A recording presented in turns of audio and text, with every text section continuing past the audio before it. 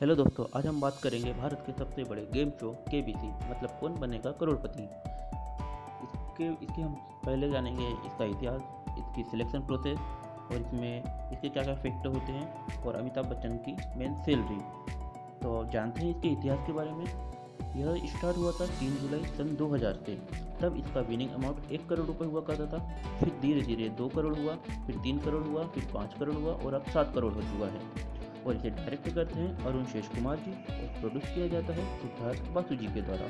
यह game show British show who want be Millionaire जो सन 1999 में चालू हुआ था उसका कॉपी है। कॉपी होने के बावजूद भी केबीसी आज तक भारतीयों का काफ़ी लोकप्रिय है और हर भारतीय चाहता है कि इसमें पार्टिसिपेट करे और करोड़पति बने। मैं बता दूं कि इसके पहले 3 एपिसोड स्टार प्लस पे प्रसारित किए जा रहे थे।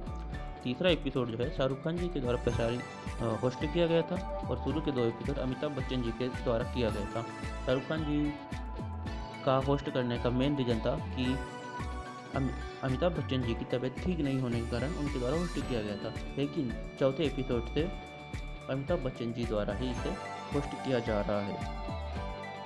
और इसकी अगर सिलेक्शन प्रोसेस की बात करें तो काफ़ी इजी प्रोसेस है इसकी। अगर आप पहले पुरानी पद्धति को देखें तो इसमें पहले एसएमएस राउंड हुआ करता था।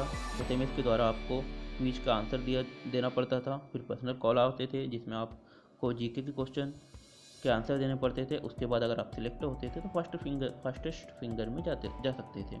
लेकिन अब ये एप्लीकेशन बेस्ड हो गया है, तो आप सोनी इंटरटेनमेंट की एप्लीकेशन डाउनलोड कर सकते हैं और उस पर डेली क्विज होता है जो कि 15 से 20 दिनों तक चलता है और आपको उस पर डेली एक क्वेश्चन पूछा जाता है अमिताभ बच्चन जी के द्वारा। उसका अगर आप सही आंसर देते हैं और आप सिलेक्शन आपका होता है तो आपको पर्सनल कॉल आता है जिसमें आपसे कुछ क्वेश्चन पूछे जाते हैं। अगर आप वहाँ पर भी सिलेक्ट हो जाते हैं तो आपको फास्टेस्ट फिंगर के लिए मुंबई बुलाया जाता है।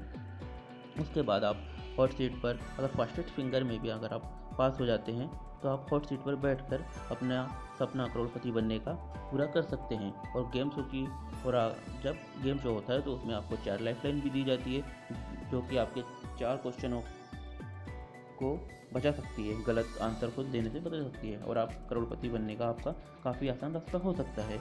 इसमें flip the question, audience poll, expert की राय आप ले सकते हैं। ऐसे आपके पास 4 ऑप्शन होते हैं, है ना।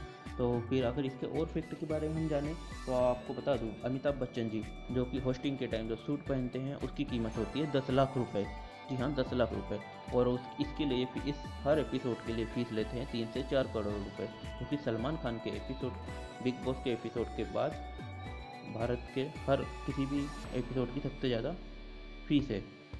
और मैं बता दूं, यह गेम शो तेलुगु, भोजपुरी, तमिल और कन्नड़ भाषा में भी प्रचारित किया जा चुका है। तेलुगु में यह प्रकाश राज जी के द्वारा, भोजपुरी में शत्रुघ्न सिन्हा जी के द्वारा, तमिल में सूर्या के द्वारा और कन्नड़ में नागार्जुन जी के द्वारा, जो कि कन्नड़ साउथ इंडस्ट्री के काफ़ी बड़े सुपरस्टार हैं।